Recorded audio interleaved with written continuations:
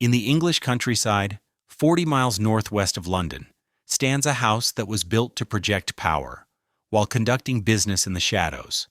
Waddesdon Manor rises from Buckinghamshire in golden stone, its French Renaissance facade concealing telegraph wires and private courier networks that once connected it to Vienna, Paris, Naples, and London. The Rothschilds who built this place understood something their competitors did not. A palace is also a vault. Art is also liquidity. And every dinner party can be an intelligence operation. The family that financed the defeat of Napoleon did not stop at banking. They built an empire of mansions that functioned as nerve centers of European finance for 200 years, and the true purpose of those gilded rooms remained hidden until the system itself collapsed. This is the story of how the Rothschild banking dynasty turned architecture into infrastructure, and how the most beautiful buildings in Europe were also its most effective business tools. Subscribe now if you enjoy these stories, and let's dive into it. On a narrow street in Frankfurt's Jewish Quarter, 1744, a boy was born who would reshape European finance. The Judengasse was less a neighborhood than a legally enforced ghetto. High walls confined Frankfurt's Jewish population to a single cramped lane, where more than 3,000 people lived under conditions designed to humiliate. Jews could not own land outside the quarter. They could not practice most trades. They paid special taxes for the privilege of existing. When darkness fell, iron gates locked them inside. Meyer Amschel Rothschild grew up in this world of enforced scarcity and systematic contempt. His father dealt in coins and traded currency, one of the few professions open to Jews in 18th century Frankfurt. When Meyer Amschel was born on February 23, 1744, nothing about his circumstances suggested the empire that would follow. The family lived above their shop in quarters that were modest even by ghetto standards. The street outside was so narrow that two carts could barely pass each other. When his father died in 1755, Meyer inherited the business. He was 11 years old.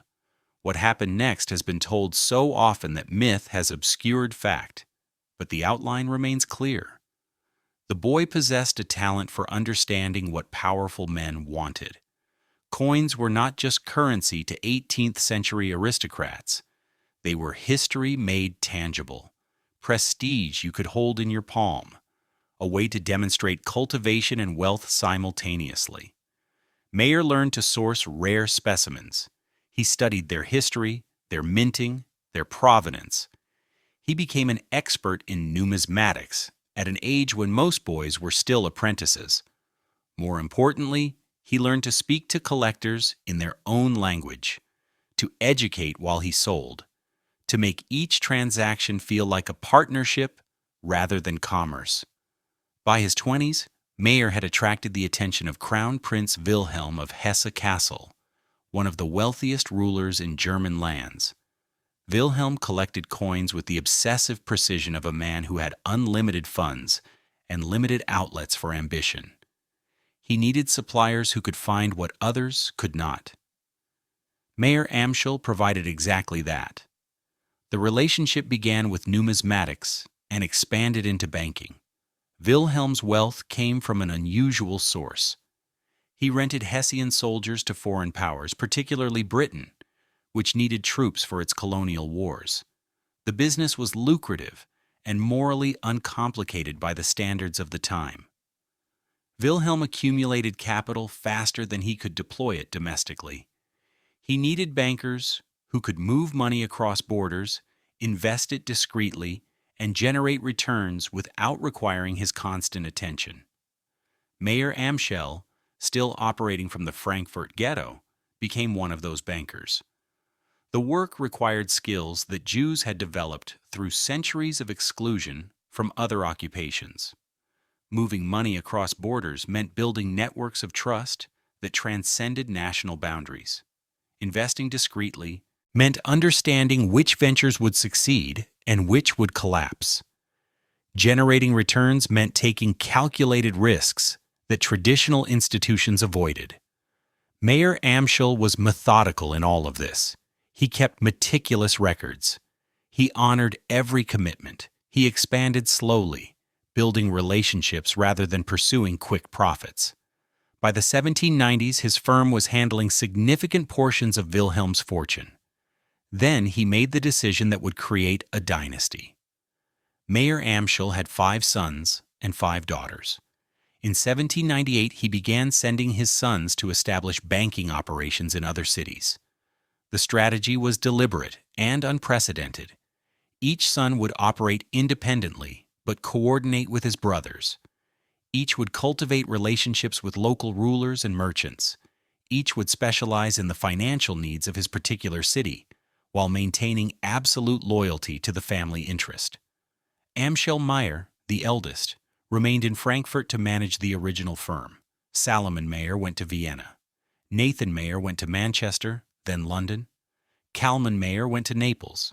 James Mayer went to Paris. 5 brothers, 5 cities, 1 unified enterprise. The timing aligned perfectly with European chaos. The French Revolution had destabilized traditional banking houses. The Napoleonic Wars that followed created unprecedented demand for the movement of capital across hostile borders. Governments needed loans to finance armies. Merchants needed to move goods through blockades. Families needed to protect wealth from confiscation. The Rothschild brothers provided all of these services. Their advantage was structural. Traditional banks operated within single nations and faced legal restrictions on cross-border activity. The Rothschilds operated as a family network that transcended national boundaries. When Napoleon's armies occupied Frankfurt, Salomon continued operations from Vienna. When British blockades strangled trade with France, James in Paris coordinated with Nathan in London to move goods through neutral territories. The system was not legal in the conventional sense. It was not illegal either. It existed in the spaces between national jurisdictions, exploiting the fact that laws ended at borders, while family loyalty did not. The most famous story from this period involves Nathan Rothschild and the Battle of Waterloo. According to legend, Nathan received news of Napoleon's defeat a full day before the British government.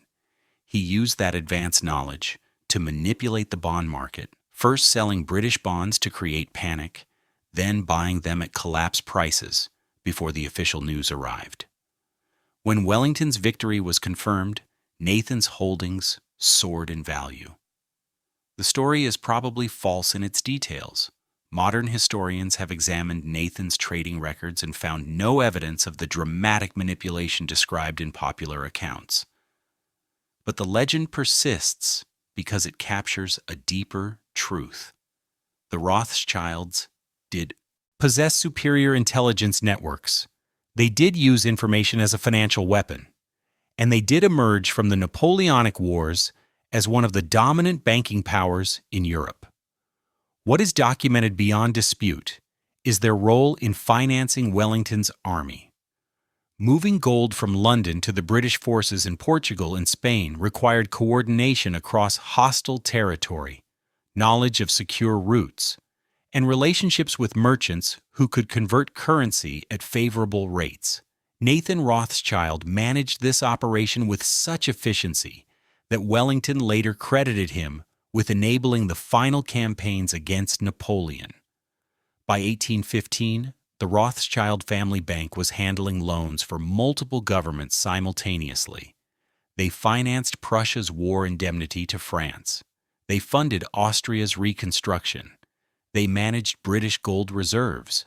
The scale of their operations exceeded any private banking house in history, and they were just beginning.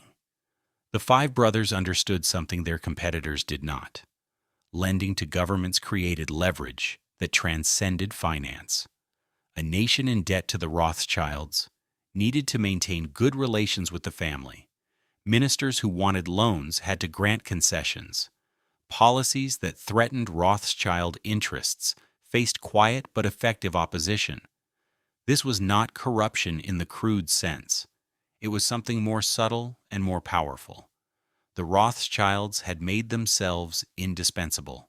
Governments could function without them, but not as efficiently, not as cheaply, not with the same access to international markets.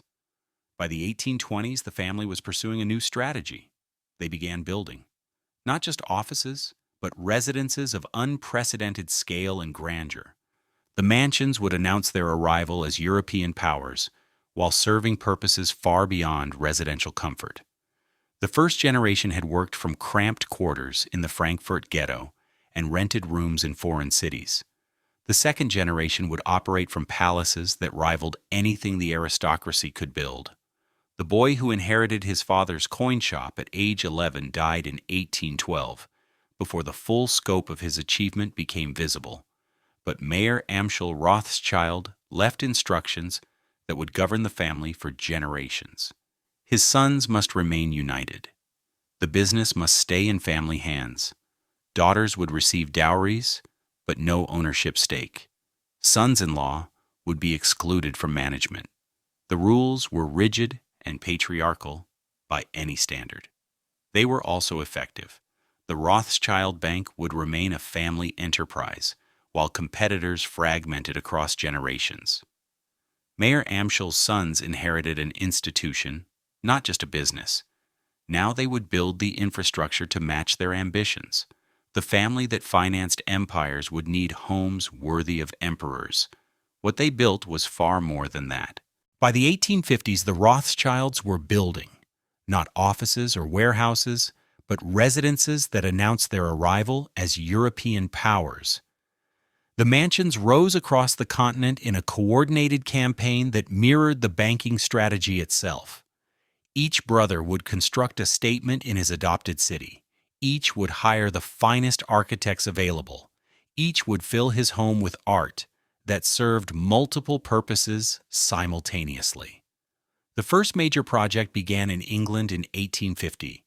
Baron Mayer Amschel de Rothschild, Nathan's son, commissioned the construction of Mentmore Towers in Buckinghamshire. He hired Joseph Paxton, the architect who had designed the Crystal Palace, for the Great Exhibition of 1851. Paxton created a Jacobean Revival palace that covered more than 80,000 square feet. The central hall rose 3 stories beneath a glazed roof that flooded the space with light. The staircase was modeled after one in the Château de Blois in France. The house required a staff of more than 60 servants to operate. The grounds extended across thousands of acres. The stables held dozens of horses. The wine cellar could accommodate 20,000 bottles. Baron Mayer filled Mentmore with one of the finest private art collections in England. Renaissance paintings hung in the galleries. French furniture from the 18th century filled the state rooms. Sèvres porcelain lined entire walls. The collection was catalogued with the precision of a museum, each piece documented by provenance and value. This was not decoration for its own sake. Every painting, every piece of furniture, every ceramic vase represented portable wealth. In times of crisis, art could be moved, hidden, or sold more easily than land or buildings. The Rothschilds had learned this lesson during the Napoleonic Wars, when they moved valuables across borders ahead of advancing armies. In France, Baron James de Rothschild began planning an even more ambitious project. In 1855, he purchased an estate at Ferrières-en-Brie, 16 miles east of Paris. He hired the architect Joseph Paxton again, but this time the inspiration was purely French. Ferrières would be a Renaissance chateau on a scale that rivaled Versailles. Construction took nearly a decade. The completed mansion contained more than 80 rooms arranged around a central hall that rose 60 feet beneath a glazed dome. The staterooms were paneled in carved oak. The galleries displayed paintings by Rembrandt, Vermeer, and Watteau. The gardens extended across 7,400 acres of formally landscaped grounds. When Napoleon III visited Ferrières in December 1862, he reportedly said to his host, "Kings could not afford this. It could only belong to a Rothschild." The comment was meant as praise. It was also an acknowledgement of changed circumstances. The family that had financed Napoleon's uncle now possessed wealth that exceeded the French crown's. In Vienna, the Rothschilds built differently. Baron Salomon had established the Austrian branch of the family bank. In 1820, his son, Baron Anselm, built a palace on the Ringstrasse that reflected Viennese taste. Palais Rothschild, completed in 1865, rose 4 stories in French Renaissance style. The facade was relatively restrained by the standards of the family's other projects. The interior was not. The Great Hall featured a double staircase of white marble imported from Carrara. The ballroom could accommodate 400 guests. The picture gallery displayed works by Titian, Velázquez, and other masters. Baron Anselm's collection eventually included more than 1,000 paintings. In England, Baron Ferdinand de Rothschild surpassed even Mentmore. Waddesdon Manor, begun in 1874, took nearly a decade to complete. Ferdinand hired Gabriel Hippolyte d'Estailleur, a French architect who had specialized in restoring Loire Valley chateaux. The commission was to build a French Renaissance palace on a hilltop in Buckinghamshire that had previously supported only farmland. The site required extensive engineering. The hilltop had to be flattened and regraded. A private railway was constructed to transport bathstone from quarries 100 miles away. Mature trees were transplanted to create the appearance of established grounds. A steam-powered tramway hauled materials up the steep approach roads. The completed house rose in golden stone, its towers and turrets echoing Chambord and Blois. The interiors combined French boiserie panels from demolished Parisian mansions with English craftsmanship. Ferdinand filled 40 rooms with French furniture, Sèvres porcelain, and paintings by Gainsborough, Reynolds, and Romney. The wine cellar held 15,000 bottles. The estate employed more than 200 staff members. These were not isolated projects. Between 1850 and 1900, the Rothschild family constructed or acquired more than 40 major residences across Europe. Güntersburg in Frankfurt, Schillersdorf in Silesia, Villa Rothschild in Preny, Switzerland, the Château de Boulogne in Paris. Each announced the family's status. Each served functions beyond residential comfort. The locations were strategic. Mentmore sat 40 miles from London, close enough for day trips to the city, but far enough to function as a retreat where business could be conducted away from the scrutiny of Parliament and press. Ferrières was positioned similarly relative to Paris. Waddesdon commanded the railway line between London and Birmingham, making it accessible to both financial and industrial centers. The guest lists were even more strategic. When monarchs visited Ferrières or Waddesdon, they came not just for hunting and dinner, but for consultations about state loans and bond issues. Railroad magnates who needed financing for expansion projects received invitations to weekend parties where informal conversations preceded formal negotiations. Rival bankers were invited to see the scale of Rothschild operations and understand that competition was futile. The architecture itself communicated power. A visitor approaching, Waddesdon by carriage in 1890 would see the chateau rising from the hilltop long before arrival. The approach was designed to impress and intimidate simultaneously. By the time guests reached the entrance, they understood they were entering not just a home, but a seat of financial empire. The staff infrastructure supported this dual function. At Ferrières, Baron James maintained a private telegraph office connected directly to his Paris headquarters and to his brother's offices in London, Vienna, and Naples. Encrypted messages traveled constantly between the mansions and the banking houses.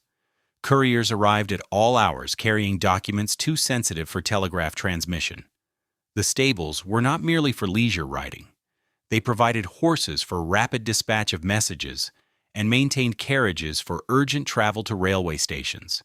At Waddesdon, Baron Ferdinand constructed a private rail siding that allowed direct train access to the estate. Visitors could arrive without passing through public stations where their presence might be noted. The art collection served multiple purposes simultaneously. Paintings and furniture represented stored wealth that could be liquidated during financial crises. They also functioned as social currency. Lending pieces to museums or exhibitions built goodwill with institutions and governments. Displaying them to visitors established the family's cultural credentials and softened their image as mere financiers. The scale of these collections was extraordinary. By 1900, the Rothschild family collectively owned one of the largest private art collections in the world. Paintings by Vermeer, Rembrandt, Watteau, Gainsborough, and Reynolds hung in multiple Rothschild residences. Entire rooms were devoted to Sèvres porcelain. Libraries contained first editions and medieval manuscripts. This was wealth made visible and portable. Land could be confiscated. Buildings could be seized. But art could be hidden, moved across borders, or sold to raise capital when needed. The Rothschilds had learned this lesson repeatedly across generations of European conflict. The mansions also employed hundreds of workers directly and supported thousands more indirectly. At Waddesdon, the staff included gardeners, gamekeepers, stable hands, housekeepers, cooks, footmen, and ladies' maids. The estate purchased supplies from local merchants. It provided employment in a rural area where alternatives were limited. This created dependencies. Communities that relied on Rothschild employment were unlikely to support political movements hostile to the family. Workers who drew wages from the estates had reasons to defend their patrons against criticism. By 1890, the pattern was complete. The Rothschild banking empire operated from headquarters disguised as pleasure palaces. Telegraph wires ran beneath formal gardens. Couriers moved constantly between mansions and exchanges. Weekend parties doubled as business conferences. Art collections functioned as liquid reserves. The system was legal, effective, and almost invisible to outsiders who saw only the beauty and assumed it existed for aesthetic pleasure alone. The mansions were complete. Now the real work could begin. A weekend party at Waddesdon Manor in November 1895. OEM 1895 illustrates how the system functioned. Baron Ferdinand de Rothschild hosted the Prime Minister, Lord Salisbury, along with several cabinet ministers, 2 railway executives, and a banking rival from the Barings family. The guest list appeared social. The conversations were anything but. Friday evening began with dinner in the state dining room beneath Gainsborough portraits and Sèvres chandeliers. Seating arrangements were precise. Lord Salisbury sat between Ferdinand and the Barings representative. Railway executives flanked the cabinet ministers. After dinner, the men retired to the smoking room, while ladies withdrew to the drawing room. These were not social calls. They were transactions. In the smoking room, over brandy and cigars, Lord Salisbury mentioned that the government was considering a loan to finance naval expansion. The terms had not been finalized. The Barings representative expressed interest in leading the syndicate. Ferdinand said nothing, but listened carefully to every detail discussed. Saturday brought shooting on the estate. Beaters drove pheasants toward the guns, while servants followed with refreshments. During breaks, Ferdinand walked with individual guests, conducting quiet conversations that appeared casual, but covered bond rates, railway concessions, and political developments in France and Austria. By Sunday morning, Ferdinand knew exactly what loan terms the government required, what the Barings family was prepared to offer, and which ministers favored which approach. Monday, he would telegraph his cousin Nathaniel in London with detailed instructions. By Tuesday, the Rothschild Bank would submit a proposal that undercut Barings while satisfying every government requirement that Lord Salisbury had mentioned over brandy. The Barings representative never knew he had been invited to reveal his strategy. This pattern repeated across the network of Rothschild mansions. At Ferrières, Baron Alphonse hosted similar gatherings for French ministers and industrialists. At the Vienna palaces, Baron Albert entertained Habsburg officials and railroad developers. Every weekend, every dinner party, every hunting expedition generated intelligence that flowed through telegraph lines to banking offices in 5 cities. The telegraph rooms themselves were remarkable installations. At Ferrières, The telegraph office occupied a ground-floor room near Baron Alphonse's private study. It connected directly to the Rothschild Bank in Paris and through encrypted relay stations to London, Vienna, Frankfurt, and Naples. Operators worked in shifts, ensuring 24-hour coverage. Messages arrived in code that only family members and senior managers could decrypt. The codes were sophisticated for their time. Commodities, currencies, and political figures had numerical designations that changed monthly. Simple substitution ciphers protected routine communications. More sensitive information used polyalphabetic encryption that would take competitors weeks to break. By the time they succeeded, the information would be obsolete. Speed mattered as much as secrecy. A message from Ferrières could reach London in under 2 hours, Vienna in 4, Naples in 6. Compare this to conventional mail, which took days, or to competitors who relied on couriers and commercial telegraph services where messages could be read by operators or intercepted by rivals. The Rothschilds had essentially built a private communications network that gave them hours or days of advantage over every other banking house in Europe. Art served this system in ways that visitors never suspected. The paintings hanging in Waddesdon's galleries represented approximately $2 million in portable assets by 1900 valuations. During market panics or political crises, selected pieces could be quietly sold to raise immediate capital. The sales would be handled through dealers in Paris or London, never locally where they might signal distress. In 1890, when the Barings Bank nearly collapsed during the Argentine debt crisis, the Rothschilds were among the few institutions with sufficient liquid reserves to participate in the rescue syndicate. Part of that liquidity came from art sales executed months earlier, when Ferdinand had sensed instability in South American bonds. He had sold 3 paintings through a Paris dealer, raising $180,000. The sales went unnoticed. The cash was available when needed. The mansions also functioned as intimidation. When competitors visited Waddesdon or Ferrières, they saw the scale of Rothschild operations made physical. The art collection alone exceeded the total capital of most regional banks. The staff numbered in the hundreds. The grounds stretched for thousands of acres. The message was clear without being stated. This family operates at a level you cannot match. Baron Ferdinand understood this psychological dimension completely.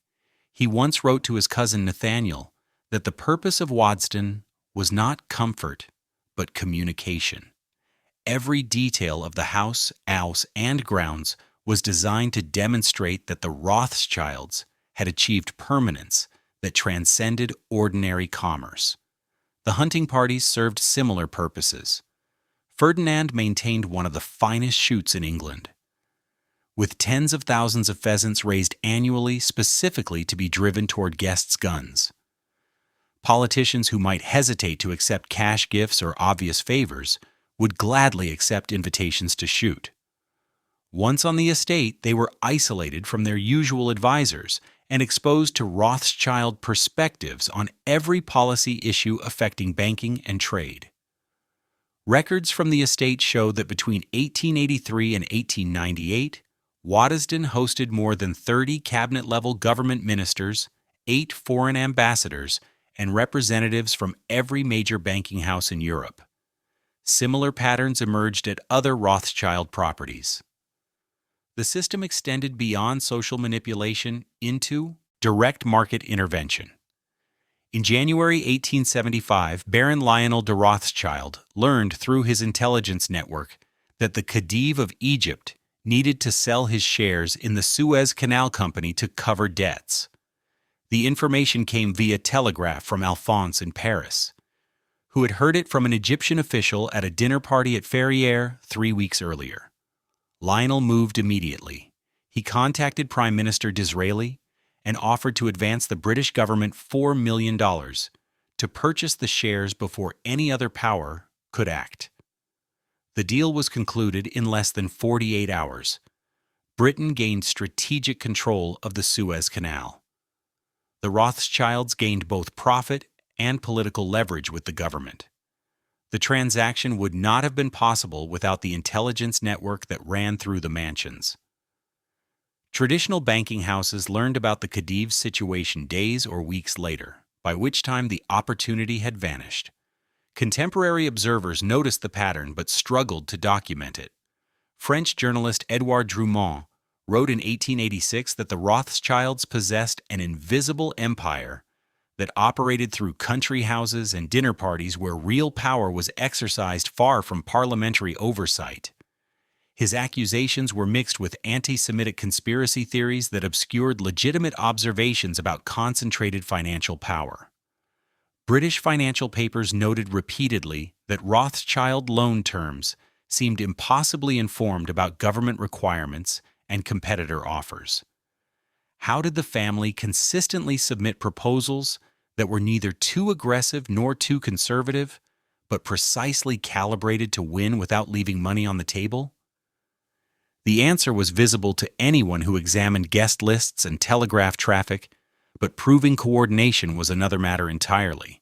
The mansions were private property. Dinner conversations were privileged. Telegraph messages were encrypted. And nothing the family did violated any law. They had simply built a system that allowed 5 brothers and their descendants to function as a single coordinated entity across national boundaries, while competitors remained fragmented by those same boundaries. By 1900, the Rothschild network included more than 40 major residences, dozens of telegraph offices, hundreds of staff members trained in discretion, and a communication system that could move information across Europe faster than any government or commercial enterprise could match. The mansions that appeared to be monuments to wealth were actually nodes in a financial intelligence network that had no equal in private hands. Observers noticed the pattern. Some tried to expose it. One succeeded. By the 1870s, questions were being asked. Financial journalists documented patterns they could not fully explain. Members of Parliament demanded investigations into banking practices that seemed to transcend national boundaries. Competitors filed complaints alleging market manipulation, and beneath all legitimate criticism ran a darker current of anti-Semitic conspiracy theory that weaponized real financial coordination into racist fantasy. The Rothschilds responded with silence, philanthropy, and continued expansion. In France, journalist Edouard Drumont published La France Juive in 1886, a 2-volume work that became one of the most widely read books in late 19th century France.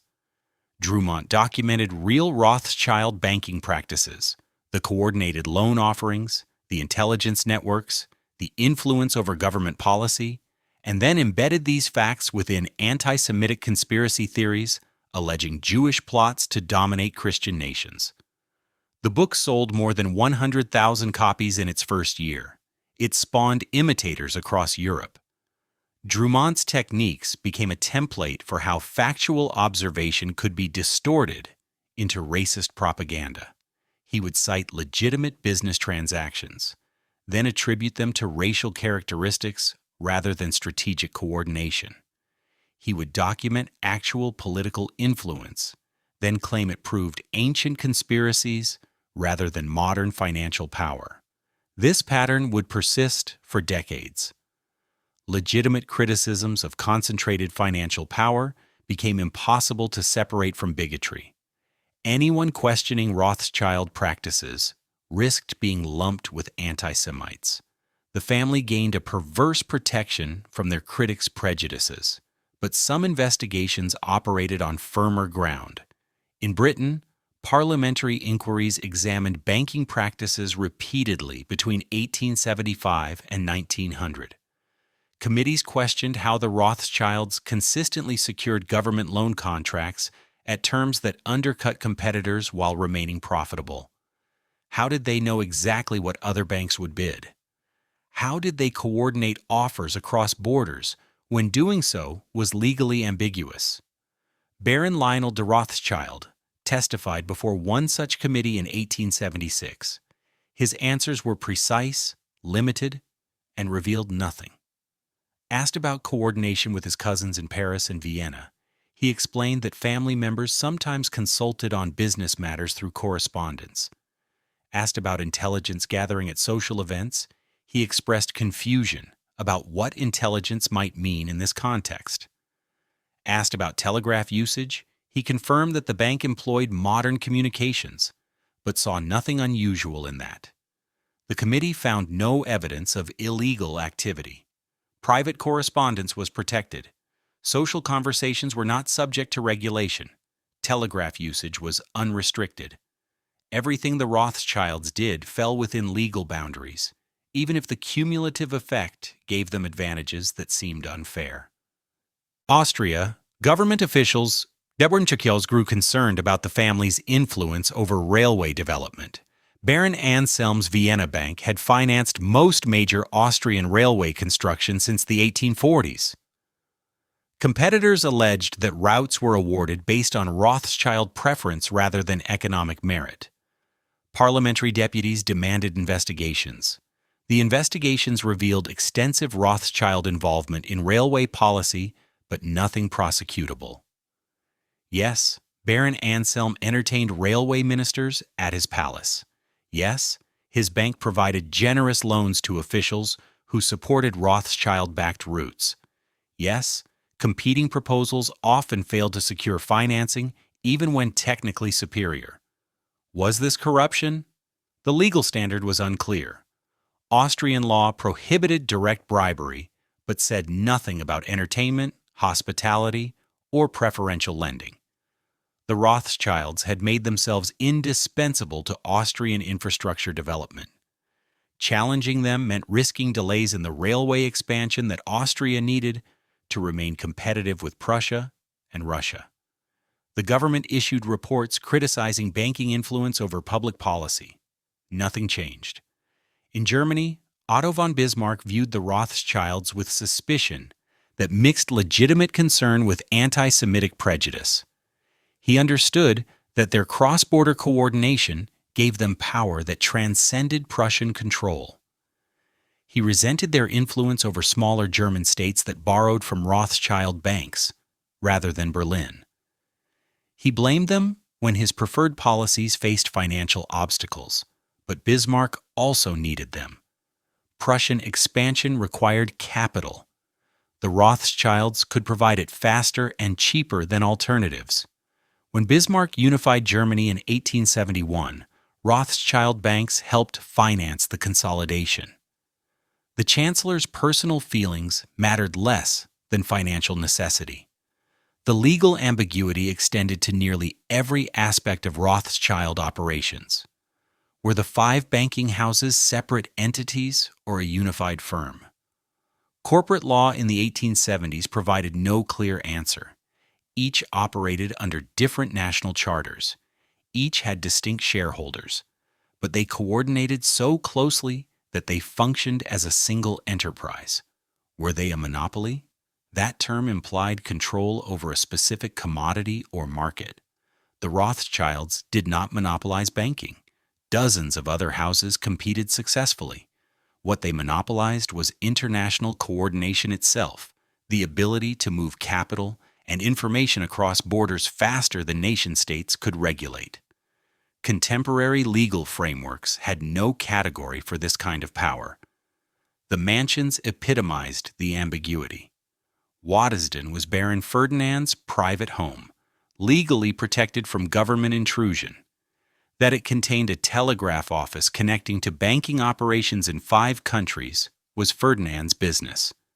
That cabinet ministers visited regularly was social activity between private citizens. That loans were discussed during these visits violated no law. When financial journalist Walter Begehodt wrote about the Rothschilds in 1873, he struggled to explain their operations within existing frameworks. They were not exactly a bank, not exactly a trading house, not exactly a diplomatic service, but something of all 3 combined. Begehodt concluded that the family had created a new form of institution that transcended conventional categories. The observation was accurate, but provided no basis for regulation. Critics faced another obstacle. The Rothschilds were genuinely effective at what they did. Their loans were repaid reliably. Their bond offerings attracted investors. Their railway financing produced functioning railways. Governments that borrowed from them received better terms than they could secure elsewhere.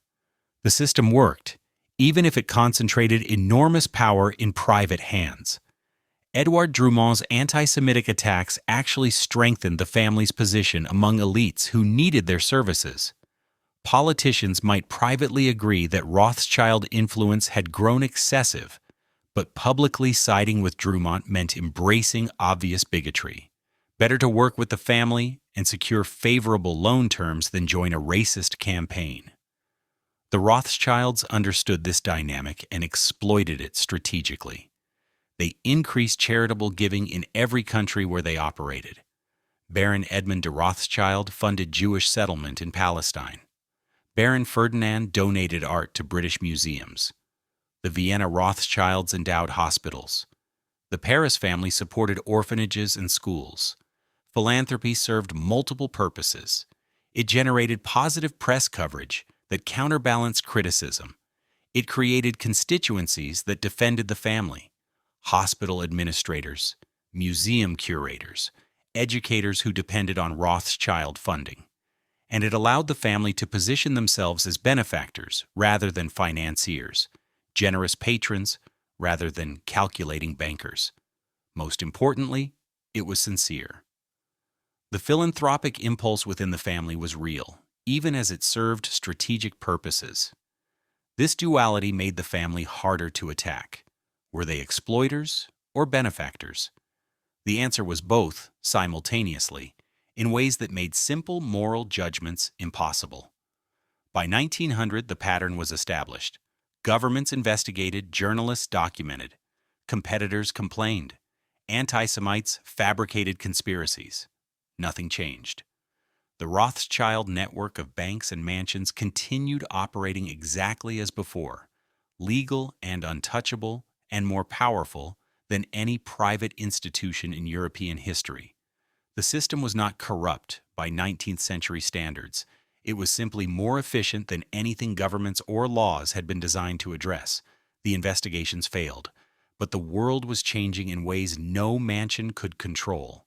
August 1914. War was declared. Within days, the system that had operated across European borders for a century became impossible to maintain. The Rothschild family found itself divided by national allegiances that superseded blood ties. Telegraph lines that had connected the 5 banking houses were severed or monitored by military censors. Coordination became espionage. Family became enemy. Baron Lionel Walter Rothschild in London could not communicate with his cousin Baron Louis de Rothschild in Vienna. Both nations were at war. Any contact between them violated laws against trading with the enemy. The banking network that had functioned as a unified enterprise now operated as hostile fragments. The French branch faced immediate crisis. Baron Edouard de Rothschild was mobilized into the French army. His cousin James Armand served as well. The Paris Bank operated with skeleton staff while its leaders fought Germany.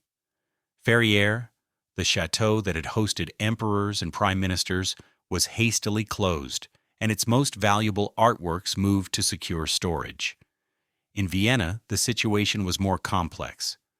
Baron Louis maintained operations throughout the war. Financing Austrian war bonds and managing the government's desperate attempts to fund a conflict it could not afford. The Vienna palaces remained operational, but their guest lists now consisted entirely of Habsburg officials and German military commanders. The irony escaped no one. A family that had profited from financing all sides of European conflicts now found its members shooting at each other. The London branch prospered. Britain's financial needs were enormous, and the Rothschilds had always been closest to British interests. They helped organize war bond campaigns and facilitated American loans to the Allied powers. Baron Lionel Walter used his influence to support recruitment efforts. The family that had been accused of having no national loyalty demonstrated it emphatically. But the war destroyed something that could not be rebuilt. The assumption that European civilization would maintain certain rules, that families would remain united, that commerce would continue across borders, that wars would be limited affairs, proved catastrophically wrong. The slaughter on the Western Front and the collapse of three empires shattered the 19th century order that had made Rothschild coordination possible. When the war ended in November 1918, the five banking houses still existed. The network connecting them did not. The interwar period brought new threats. Rising nationalism across Europe targeted cosmopolitan banking as unpatriotic. In Germany, anti-Semitic propaganda intensified, blaming Jews for the war's outcome and the economic chaos that followed. The Rothschilds, as the most visible Jewish banking family, became primary targets. The Frankfurt House, where Meyer Amschel had begun the empire in the Jewish ghetto, closed in 1901 after the death of the last direct male heir. The Naples branch had shut down decades earlier. Now only London, Paris, and Vienna remained operational. In Austria, the situation grew precarious. The Habsburg Empire had collapsed. The new Austrian Republic was small, economically devastated, and politically unstable. Baron Louis maintained banking operations, but the glory days when Austrian Rothschilds had financed railways across an empire were finished. The mansions began to feel like anachronisms. Maintaining Waddesdon's staff of 200 became economically questionable. Ferrières required constant investment to prevent decay. The Vienna palaces seemed absurdly grand for a diminished nation. And then came 1933. Adolf Hitler's appointment as German Chancellor marked the beginning of the end for the European Rothschild Empire. The Nazis had made anti-Semitism central to their ideology, and the Rothschilds embodied everything they claimed to oppose: Jewish, international, wealthy, influential. The threat was obvious immediately. Family members in Germany fled within months. Those with Austrian holdings began making contingency plans, but many underestimated how quickly and completely the situation would deteriorate. On March 12, 1938, German forces entered Austria. The Anschluss was accomplished with minimal resistance. Within hours, Nazi officials began seizing Jewish property throughout Vienna. Baron Louis de Rothschild was at his desk in the family's Vienna bank when Gestapo officers arrived. They arrested him on the spot. He was held in prison for more than a year, while the Nazis demanded he sign over all Austrian Rothschild assets as ransom for his release. The family negotiated from London and Paris. The Nazis wanted everything: the palaces, the art collections, the industrial holdings, the bank itself. Baron Louis refused to sign. For 14 months, he remained imprisoned while his family tried to secure his freedom through diplomatic channels and ransom payments. The Nazis occupied the Vienna palaces immediately. Palais Rothschild on Prinz Eugenstrasse became Gestapo headquarters. The rooms where Baron Anselm had entertained Habsburg ministers now held interrogation cells. The ballroom where the Viennese elite had danced hosted Nazi planning sessions for the final solution. The art collections were systematically looted. Paintings by Vermeer and Rembrandt were removed to museums in Berlin or claimed by Nazi officials for private collections. Furniture, porcelain, and sculpture were catalogued and distributed. The libraries were destroyed or sent to Reich research institutes. Thousands of items simply vanished into private hands. In France, the family had more time, but not much more safety. When German forces invaded in May 1940, the Paris Rothschilds fled. Baron Edouard and his immediate family reached England. Others scattered to Switzerland, Portugal, or the United States. Ferrières was occupied by the German military and used as headquarters for local occupation forces. The chateau survived, the war physically intact but spiritually gutted. Nazi officers lived in rooms where Napoleon III had visited. They hunted in forests that Baron James had carefully landscaped. They drank wine from cellars that had held some of the finest vintages in Europe. The estate that had symbolized Rothschild permanence was now a monument to how completely their world had collapsed. The human cost exceeded property losses. Several Rothschild family members died in the Holocaust. Others survived in hiding or exile, their lives permanently disrupted. Employees of the Vienna Bank were murdered. Staff from the palaces disappeared into concentration camps. Baron Louis was finally released from Nazi custody in May 1939 after the family signed over most of the Austrian assets and paid enormous ransoms. He fled to England. The Vienna Bank was dissolved. The palaces were confiscated. More than a century of Austrian Rothschild history was erased in 14 months. Waddesdon survived only because it sat in England beyond Nazi reach. Baron James de Rothschild donated art and valuables to the National Trust for safekeeping. The mansion itself was requisitioned by the government and used to house evacuated children from London. The state rooms that had hosted cabinet ministers now served as dormitories for refugees from the Blitz. By 1945, when the war finally ended, the Rothschild Empire existed only in fragments. The coordination that had spanned Europe for 150 years was permanently broken. The mansions that had served as nerve centers now stood as monuments to a vanished era. The family had survived. The system had not. What remained would take a different form. The era of private palaces functioning as financial headquarters was finished. The world had changed in ways that made such operations impossible. National governments had grown more powerful. Banking regulation had expanded. International coordination now required legal frameworks, not family networks. The family survived. The empire did not. What remained would take a different form. By 1950, the world had moved on. The mansions that had symbolized financial empire now faced an uncertain future. Some would be preserved. Others would be sold, demolished, or transformed into institutions bearing little resemblance to their original purpose. The family that had built them scattered across continents, managing what remained of their wealth in a world that no longer permitted the kind of coordination that had made them powerful.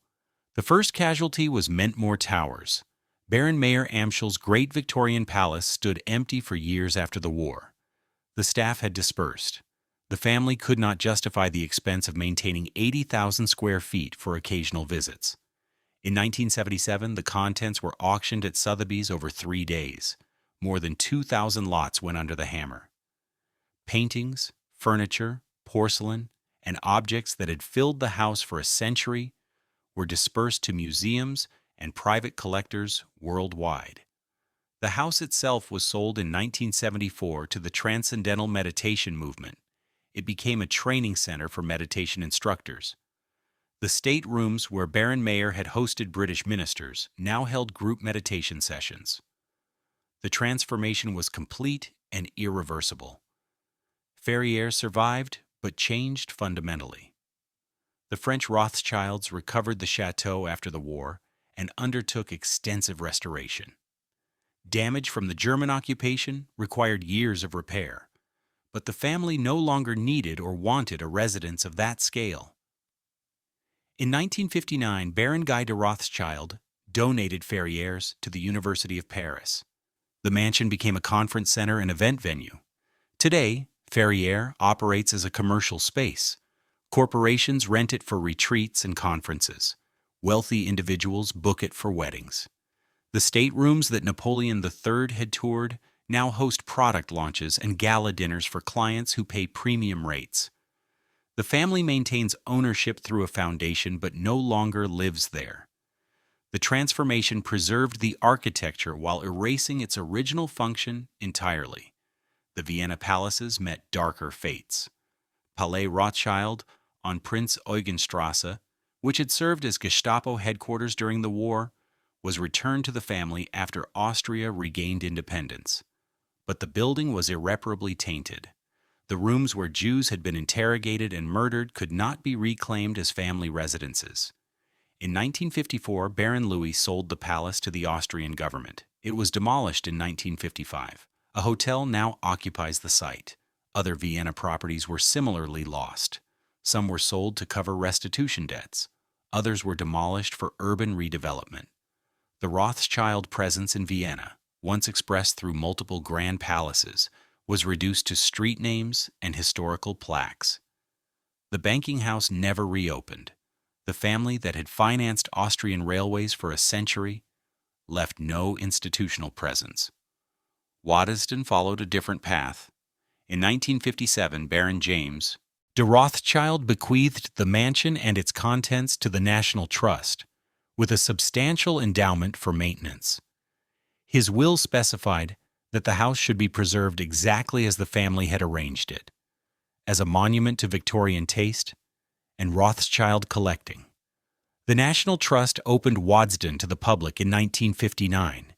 Visitors could walk through the staterooms, see the French furniture and Sèvres porcelain, and tour the gardens. The transformation from private residence to public museum was complete. The rooms where cabinet ministers had negotiated loans now served tourists who paid admission fees. The wine cellars were maintained and eventually became a commercial operation. The Rothschild wine business, particularly Château Lafite and Château Mouton in Bordeaux, survived as one of the family's most visible enterprises. But wine production was lifestyle business, not the foundation of financial power. It represented what the family had become: wealthy proprietors managing inherited assets, not coordinators of international finance. The banking operations evolved more subtly. The London and Paris houses continued operating but on dramatically smaller scales. N.M. Rothschild and Sons in London specialized in corporate advisory work and precious metals trading. The firm remained independent but handled a fraction of the business it had controlled in the 19th century. The Paris house, rebuilt after the war, followed a similar trajectory. In 1982, French President François Mitterrand's socialist government nationalized the French Rothschild Bank, along with dozens of other financial institutions. The family fought the action, but lost. When the bank was privatized again in 1987, the Rothschilds bought it back and renamed it Rothschild and C.A. Bank. The interruption had been brief but symbolically devastating. The family that governments had once needed was now subject to government decisions. Modern banking had evolved beyond what the original five brothers would recognize. Multinational corporations like J.P. Morgan Chase and Goldman Sachs operated at scales that dwarfed even the 19th century Rothschild empire. They employed thousands, managed trillions, and coordinated across dozens of countries. What had made the Rothschilds exceptional? International coordination, information networks, relationship banking had become standard practice. The family dispersed across professions and continents. Some remained in finance. Others entered politics, science, wine production, or philanthropy. Baron Jacob Rothschild became known for arts patronage and historic preservation. Baron David de Rothschild managed the French banking operations. Baron Nathaniel Rothschild focused on finance and environmental conservation.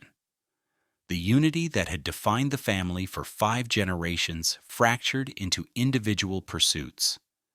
The art collection suffered particularly devastating losses. Pieces stolen by the Nazis remained missing decades after the war.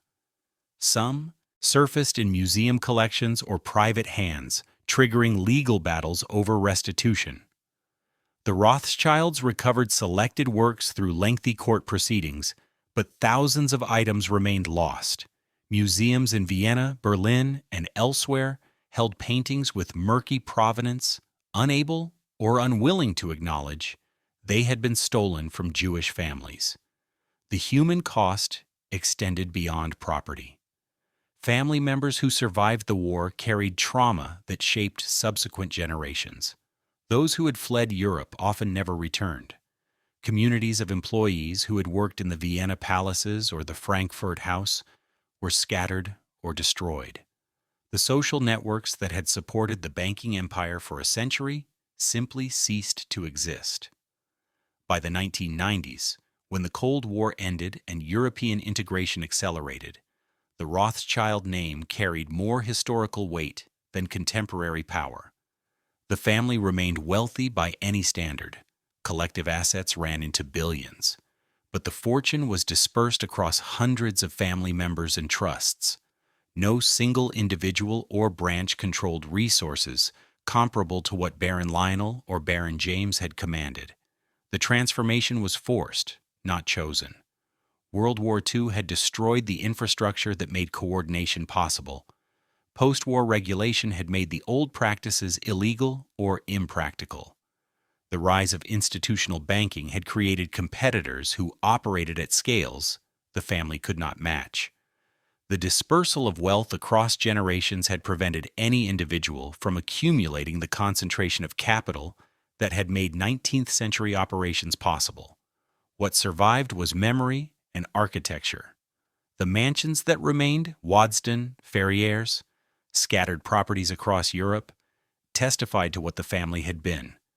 They were beautiful, meticulously maintained, and utterly disconnected from the business empire that had built them. Tour guides described the art and architecture. They rarely mentioned the telegraph rooms, or the intelligence networks, or the decades of coordination that had made the beauty possible. The family had survived.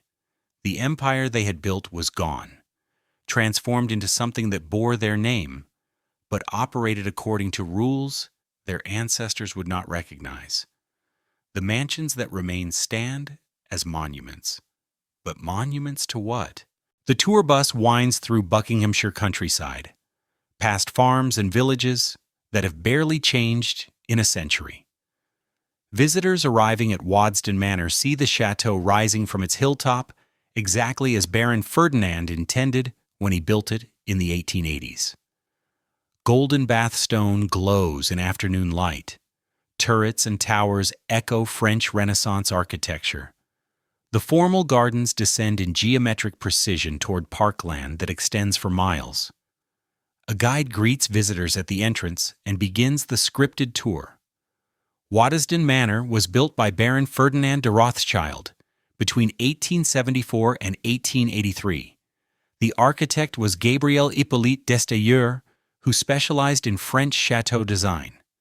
The house contains one of the finest collections of French decorative arts in England. What the guide rarely mentions could fill a separate book. The National Trust has operated Waddesdon since 1957, when Baron James de Rothschild bequeathed it with an endowment for maintenance.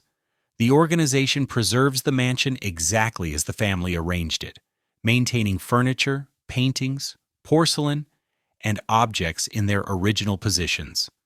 Tours run from March through December, bringing more than 300,000 visitors annually to see how Victorian wealth expressed itself through architecture and collecting. The state rooms reveal the scale of Rothschild ambitions. The Red Drawing Room displays Savonnerie carpets commissioned for Louis XIV and furniture that once graced Versailles. The Tower Drawing Room contains Sèvres porcelain from the 18th century arranged in glass-fronted cabinets that cover entire walls. The Grey Drawing Room holds paintings by Gainsborough, Reynolds, and Romney, alongside Renaissance portraits and Dutch masters. Each room demonstrates not just wealth, but sophisticated taste. Baron Ferdinand collected strategically, focusing on French decorative arts from the 18th century when French craftsmanship reached its peak. He purchased complete interiors from demolished Parisian mansions, shipping boiserie panels and carved woodwork to England where they were reassembled in Waddesdon's rooms. The tour guides emphasize aesthetic achievement. They describe the craftsmanship of furniture makers, the techniques of porcelain manufacturers, the provenance of individual paintings. They explain how Baron Ferdinand created a synthesis of French elegance and English country house tradition. They note architectural details, garden design, and the logistics of constructing a Loire Valley chateau on a Buckinghamshire hilltop, What they omit is how these rooms functioned when the family lived here. The Red Drawing Room, where tour groups now admire 18th century furniture, hosted weekend parties where prime ministers sat beside railway magnates and banking rivals. The conversations that took place on those Savonnerie carpets shaped government loan policies and corporate mergers. The beauty was real. The business conducted beneath it was equally significant. The ground floor contains rooms that reveal more if you know what to look for. A small study near Baron Ferdinand's private apartments has been preserved with its original desk, correspondence files, and a telephone installed in 1890, one of the earliest private lines in rural England. The study connects to a hallway that leads to what is now described as a service corridor. That corridor once contained the telegraph office. The equipment has been removed. The room now holds storage for the gift shop, but photographs from the 1890s show the space equipped with telegraph apparatus, code books, and filing cabinets for incoming messages. This was where information arrived from London, Paris, Vienna, and Naples. This was where encrypted messages were decoded and urgent communications prepared for dispatch to banking offices. The National Trust does not emphasize this history. Their mission is preservation of architecture and decorative arts, not documentation of financial networks. But the infrastructure remains visible to anyone who examines the building systematically.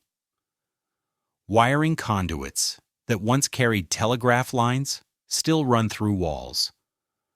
The basement contains rooms that clearly served purposes beyond household management. A door near the wine cellars opens to a tunnel that connects to the stable block, allowing discreet movement of documents and personnel. The gardens tell similar stories. The formal terraces, designed by landscape architect Élie Lainé, descend the hillside in Italianate splendor. Fountains, statuary, and precisely clipped hedges create outdoor rooms suitable for entertaining hundreds of guests. Tour groups photograph the Triton and Nereides fountain, the aviary designed like a Rococo palace, and the vista toward the Chiltern Hills. What made these gardens functional rather than merely decorative was their layout for discreet conversations. The paths wind through planted areas that provide visual barriers. Two people walking and talking could not be overheard from adjacent paths. During weekend parties, these gardens facilitated exactly the kind of private discussions that ministers and bankers required. The wine cellars remain operational, now serving the Waddesdon estate's own wine production and tasting rooms. Visitors can sample wines while surrounded by racks that once held 15,000 bottles of French vintages. The cellars extend beneath the house in a network of vaulted rooms that were engineered with the same precision as any other aspect of the estate. One room in the cellars, now used for storage, has walls lined with slate. Archives indicate this was a secure filing room where sensitive documents were kept in fireproof conditions.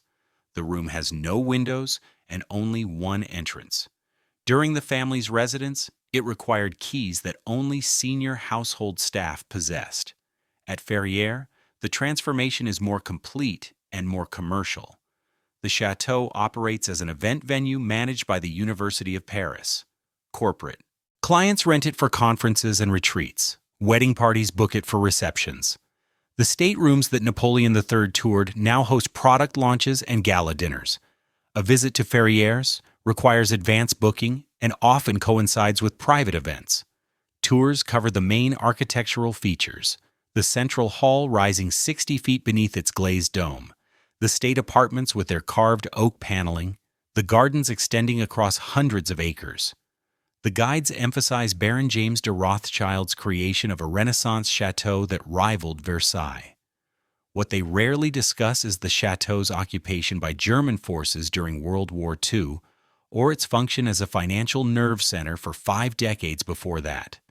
The rooms are beautiful and historically significant as examples of 19th century architecture. The business empire they housed exists now only in archives. The Vienna palaces that survived demolition have been repurposed completely. The few remaining Rothschild properties operate as offices, embassies, or institutional headquarters. Visitors cannot tour them. The family presence in Vienna, once expressed through multiple grand residences, has been reduced to historical markers and street names. In London, the Rothschild banking house still operates from New Court in the financial district. The firm remains independent and family-controlled, specializing in corporate advisory work and wealth management. But the mansion at 148 Piccadilly, where Baron Lionel lived and conducted business, was demolished in 1937. Modern offices replaced it. The physical connection between residence and banking operations was severed decades ago. The mansions that remain preserved, primarily Waddesdon and Ferrières, function as monuments to an era when private wealth could be expressed through architecture on a scale that rivaled governments. They demonstrate sophisticated taste, extraordinary collecting, and the ambition to create permanent legacies. Tour groups leave impressed by the beauty and the scale. What the preservation omits is the machinery. The telegraph wires are gone. The couriers no longer arrive. The guest lists no longer shape government policy. The art no longer functions as portable collateral. The gardens host tourists rather than politicians. The mansions endure as stone and glass. The empire they housed is harder to find. The name Rothschild still exists. The empire does not. Rothschild & Co., the modern banking group descended from the original family operations, reported market capitalization of approximately $3.5 billion in 2023. The figure represents significant wealth by most standards. Compare it to J.P. Morgan Chase's market cap exceeding $500 billion, or Goldman Sachs at $130 billion, and the scale becomes clear. What once dominated European finance now operates as a mid-sized advisory firm. The family members scattered across professions and continents number more than 300 descendants of Mayor Amschel Rothschild. Collective family wealth is estimated in the billions, but dispersed across hundreds of trusts, foundations, and individual holdings. No single branch controls resources comparable to what Baron Lionel or Baron James commanded at the height of the 19th century empire. Baron David de Rothschild served as chairman of Rothschild & Co. until 2018, maintaining family leadership of the banking operations. His son Alexandre now holds senior positions in the firm. The London and Paris houses continue operating, specializing in merger and acquisition advisory, wealth management, and strategic counsel to governments and corporations. The work is profitable and prestigious. It is not the foundation of international finance. The most visible Rothschild enterprise may be wine. Chateau Lafite Rothschild and Chateau Mouton. Rothschild in Bordeaux remain family-owned and produce some of the world's most expensive wines. Bottles from exceptional vintages sell for thousands of dollars. The estates employ hundreds and generate substantial revenue. But wine production is lifestyle business elevated to luxury scale, not the coordination of international capital flows that built the original empire. Baron Jacob Rothschild, who died in 2024, devoted his later decades to arts patronage and historic preservation. He chaired the National Gallery and the National Heritage Memorial Fund. He supervised restoration of Spencer House in London and supported numerous cultural institutions. His philanthropy continued patterns established by earlier generations, directing wealth toward preservation and education rather than consumption. Other family members entered politics, science, environmental conservation, and finance outside the family firm. The unity that had defined 5 generations, where every member's career advanced the collective enterprise, fragmented into individual pursuits. This was both liberation and loss. Descendants could choose their own paths without pressure to serve family business interests. But the coordination that had made the family exceptional became impossible to maintain. The institutional legacy extends beyond banking. Techniques that the Rothschilds pioneered became standard practice in modern finance, international coordination across borders, relationship banking, intelligence gathering from multiple sources, using social connections to facilitate business transactions. These are now routine operations for any global financial institution. The private telegraph network that gave the family hours of advantage over competitors evolved into Bloomberg terminals and encrypted communication systems that every major bank deploys. The weekend parties where ministers and bankers negotiated became industry conferences and private equity retreats, where deals are still structured informally before formal announcements. The art collections that functioned as liquid reserves became diversified portfolios that serve similar functions. What made the Rothschilds exceptional in 1850 had become ordinary by 1950 and standard by 2000. The communities that depended on Rothschild operations experienced their own transformations. Towns near Waddesdon and Ferrières that once supplied servants, goods, and services to the estates adjusted when the families departed. Some businesses disappeared. Others adapted to serving tourism rather than private households. The economic relationships that had sustained these communities for decades vanished within a generation. Competitors who had been crushed never rebuilt. The banking houses that the Rothschilds absorbed or destroyed in the 19th century, dozens of regional firms across Europe, left no institutional descendants. Their names survive only in historical records. The financial consolidation that began with the Rothschilds continued through the 20th century, creating the multinational banks that dominate today. But the specific firms that lost to Rothschild competition remain lost. The anti-Semitic conspiracy theories that weaponized real Rothschild practices persist and mutate. Modern versions claim the family controls central banks, manipulates currencies, or directs world governments through secret influence. These theories ignore the documented dispersal of family wealth and the documented rise of institutional banking that dwarfs any private fortune. They ignore the fact that the coordination that made the family powerful in 1850 has been illegal or impractical since 1945. But conspiracy theories require no evidence. They fill psychological needs that facts cannot address.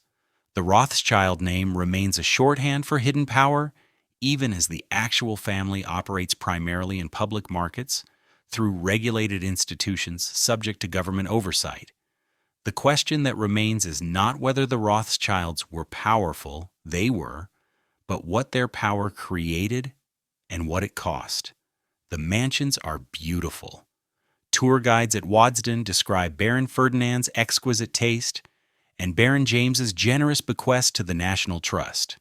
They are correct on both counts. The chateau is aesthetically magnificent. The donation ensures its preservation. The system that built Waddesdon concentrated wealth through methods that eliminated alternatives. Competitors who could not match Rothschild coordination failed. Governments that needed loans accepted terms that gave the family political leverage. The beauty and the extraction were not separate phenomena. They were linked aspects of the same enterprise. Modern visitors photograph Sèvres porcelain and admire French furniture. The tours do not explain that some of these objects were purchased with profits from government bonds issued during wars that killed hundreds of thousands. The connection between art and its financing remains invisible, politely omitted from guided tours that emphasize aesthetic achievement. The same ambiguity applies to institutional legacies. The Rockefeller Foundation eradicated hookworm and developed yellow fever vaccines, saving millions of lives.